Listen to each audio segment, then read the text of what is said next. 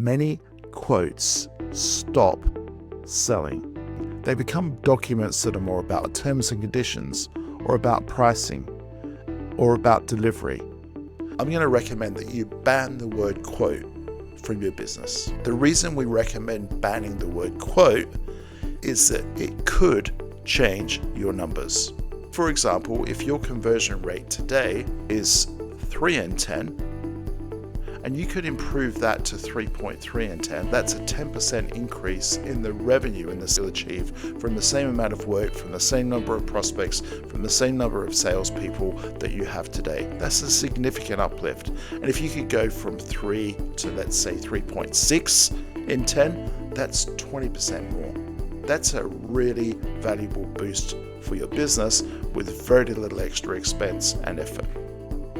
In this video, we're going to be talking about the performance of your quotes and your proposals in your business, how to get more out of the work that you put into what you do to get to a customer and a prospect to that point in the process. Now, this is really important because we need to think about all the effort and the expense that it takes to actually put your business in a position where you can put a quote or a proposal in front of a prospective client or someone who's talking about a new piece of business. Let's think about what it takes. It's all the effort you put into your marketing, which including your website, your SEO, your pay-per-click, or your work with Google, with Microsoft, with Meta, exhibitions that you go to, networking that you do, the effort you put into getting referrals, your email broadcasting and marketing, the social media work that you do, and the list goes on. It's a long list. All of the effort and expense that you put into running those things to create opportunities to get into a situation and a position where you can present a quote to a prospective customer or someone talking about a new piece of business. So the key point here is at the point at which a quote is given or forwarded or sent or presented to a potential customer, a prospect, is a key moment in the process of acquiring a new client. It's not a formality. It's not the paperwork at the end. It is a key decision moment. Now, you don't really need me to tell you that, but it's worth just being reminded of it because we need to be aware of the expense and effort behind getting to the point where your quote is presented to or arrives with the prospective customer to put into context the value of doing some extra work to make your quote much more effective, to give your quote a much higher chance of being accepted. Now, here's the rub. After all that great marketing and early sales work and great work by your sales team, many quotes stop selling. They become documents that are more about terms and conditions, or about pricing, or about delivery. But if you go and look at your website, if you go and look at your exhibition stand, if you listen to the conversations that your sales team are having with your customers and with your prospective clients, they are all about features, advantages, and benefits. They tell a compelling story. They're all about what we can do, what you can do, what your business can do for the customer. So it's relating what you can do as a business to meet the needs and the desires of your customers and prospective customers that has to be implicit and built in and hardwired into your quotes and your proposals. So to get our quotes and proposals working more effectively, what we need to look at very carefully is what actually gets put onto the paper or what gets put into that digital document. What's going to your prospective customer in your quote is crucial. We're looking to achieve an improvement that might sound small when I first say it, but could have a significant impact on the performance of your business. So for example, if your conversion rate today is 3 in 10, and you could improve that to 3.3 in 10, doesn't sound like much, it's just 0.3 more.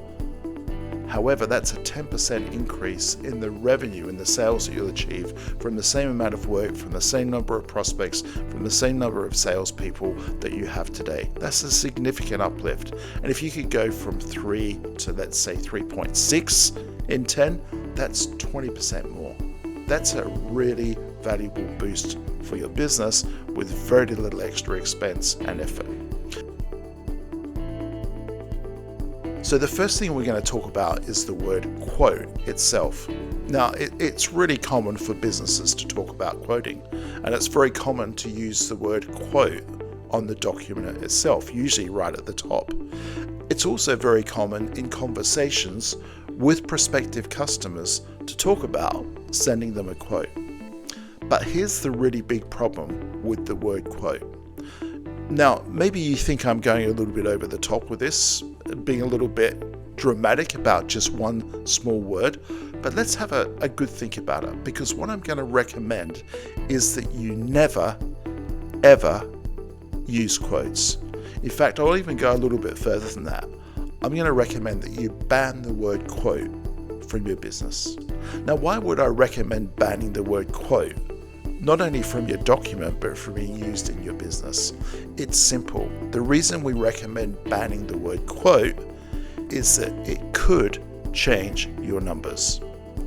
So let's have a look at that. As I mentioned earlier, the prize is this. Instead of getting 3 out of 10, let's say that's your current conversion rate, quotes becoming new customers, if you could get 3.3 out of 10, that's an instant 10% sales increase for your business, possibly just by banning a word. Maybe it could even be 3.6 in 10, or maybe even 4 in 10. Now, here's why just removing that one word can make a real difference. Let's just think about what the word quote actually means. In short, it means you're giving a price for the recipient to shop against. You see, a quote is pretty much useless unless you have another quote or 2, or sometimes 3, to compare it against. You have to have other quotes to compare against a quote for it to have relevance.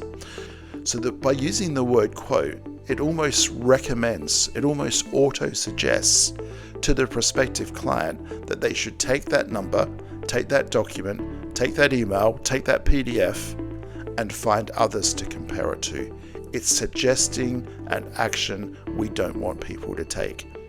That's not the behavior that we want at all. Ideally, what we want is to have a great conversation with someone who's interested in our products and services, and then we're talking about the next step. We're talking about doing business together, to do things together, to advance to the next stage, to progress, to get the project underway, to get things moving. What we don't want to suggest is they go out and start getting another quote to shop around against us, and to set up an auction, a beauty parade, where the cheapest bidder wins. That's the last thing we want. You see, if you're going to successfully position yourself in the market, and if you truly believe that your products and services are the right solution for your prospects and your customers, then why would you go cap in hand, meekly submitting a quote? It's just not the right mindset, and it's not the right positioning. What you need to be doing is assuming quietly and professionally the mantle of success. Assuming that the next step is so logical, so normal, so right for that prospective customer that it's going to happen virtually automatically. That gives you the air of confidence that you deserve the sale, that you deserve to be the one that they choose. The word quote completely undermines that. So let's have a look at some really good alternatives. A solid alternative and a great starting point is to turn the word quote simply into proposal. It's one that I like, and it will apply to lots of situations, but there are some others that you might want to consider as well. And there may be others that we don't mention here that would be perfect for what you do in your business and your industry and for your customers. So another new name for what you used to call quotes could be, for example, an action plan, or it could be an implementation plan. What you're looking for is something that has the right connotations, something that sums up that after everything we've discussed and everything we've looked at, the next logical step is just to put the plan into action. Another one that's similar to proposal is project proposal. obviously for when it is a project.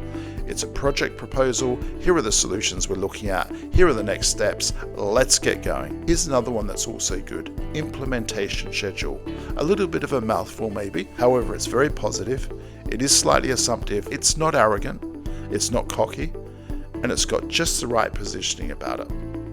Now, importantly, all of these that we've discussed so far, there's not one of them that automatically suggests that you need to go and get more quotes. So it heads off that unwanted behavior. It completely removes that auto-suggestive thinking from the prospective client's mindset and perspective. There's no suggestion that you're going cap in hand. There's no suggestion that they need to go and get another document or another quote from someone else to validate what they're looking at. Instead, it conveys how we believe that we're in a great position to help them. It sets out the logical next steps and it tells them what to do to get moving. So, just changing the word on the document could take you from a 3 in 10 to 3.3 in 10 or more. And that would be an immediate uplift in sales. No more cost, no more time, no more investment in your marketing or your advertising, no more salespeople, just better outcomes.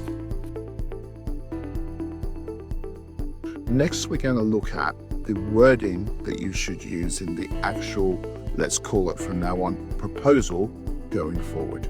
This is about how to word your proposals to win more business. Now, in the previous section, we talked about why it's essential to ban the word quote in your business to stop people assuming that they need to go and shop against you, because that's what quote auto suggests, and to bring that mantle of confidence that a word like proposal or action plan or implementation schedule adds to your proposals. So let's look at the wording. Most conventional quotes, as they were called, go something like this. Thank you for the opportunity to quote to supply, 10 times model widget 126B and the service support contract that goes along with that, or the equivalent in terms of a service or whatever it might be that your business provides. Now, that's pretty terrible. And why? It's because we never speak like that in person. We never speak like that in real life. So why do people write like that? Sure, your proposal must clearly spell out the specifications and it must give costings, but it should never be just a cold laundry list. That's about as anti-selling as you can get, and by the time you've got a proposal in the hands of a prospect and the people around them who are involved in making the decision, the last thing you want to be is anti-sales. It's the most important time to bring your best sales and marketing messages to the party and to put them on the table. So what are the fundamentals of a different approach that could contribute to taking your conversion rate, if it's 3 in 10 today, to 3.3 in 10, or maybe 3.6 or even 4 in 10? Here's some fundamentals. You want to look at things like, in the wording, acknowledging right up front that you've appreciated the time that the person's put in and the opportunity you've had to discuss their needs, their requirements, and their issues with them. You really want to convey a sense of genuine enthusiasm for working with the new prospective client. No cold laundry list here. Be positive, be enthusiastic about the project. And the final thing is, when it comes to wording your proposal, this is a killer technique, by the way, is instead of putting your price at the end, which is where most people put it right up front, before all the specifications, before all the detail, and before you spell out what you're actually offering to them. This technique alone is super successful because it proudly states that you're confident that your price represents great value. You're saying, here's what you'll be investing to work with us when you choose us or you choose our products, and here's what you'll be getting. When you put the price at the end, it's almost like you're a little bit afraid of the price. You're a bit worried that it might be too high. So be confident with your price. Put it up front and then spell out exactly what they're going to get for the price. Your mindset plays a far greater part in your success with your quotes and proposals than you might think. Yes, A lot of competitors will have more or less the same degree of quality sometimes, maybe experience, maybe qualifications, maybe professional expertise, and so on. And sure, some companies can even draw on the same materials and the components and inputs as you do to achieve the same end result. But the thing that really will set you apart is the human element that you and your business bring to the table, the degree to which you put your heart and soul into what you do. And that's what needs to be reflected in the wording of your proposals. They need to come across as a genuine, professional, enthusiastic, and positive company so that you set the right tone and the right mindset with the prospective client. And the final thing we're going to talk about is following up on the proposals that you have sent in a way that can help you win more business. Something that's constantly astounding and amazing is how many proposals get sent to prospects but are never followed up, or not followed up professionally and effectively. And this is another one of the things that can contribute to taking your conversion rate from where it is today to where it could and should be. It can really change the dynamics, the performance, and the profitability of your business. As an example, a client of ours took over another business and started going through the quotes that had been sent out over the previous months and longer. What they quickly noted was that an incredible number of those quotes had not been turned into sales. The conversion rate was terrible. So he did a very simple thing. He started to phone and contact the prospective clients who had had quotes to see why they hadn't proceeded. To his utter amazement, a high proportion of the people that he contacted not only hadn't been asked by his company if they were ready to go ahead and do the work, they hadn't gone back to anyone else either, any of the competitors. And the work was still waiting to be done. So he just with one simple step opened up a goldmine of opportunities. So what's the opportunity for you? Unless you have a really strong process and system in place today, never assume that the person that you've sent your proposal to will take the initiative to call you. Always keep control of the transaction. That means having a process and having steps with dates when you follow up on the proposals that you have set. When you put in place a strong, systematic, effective follow-up process, it's highly likely that your conversion rate from the proposals that you send would increase significantly.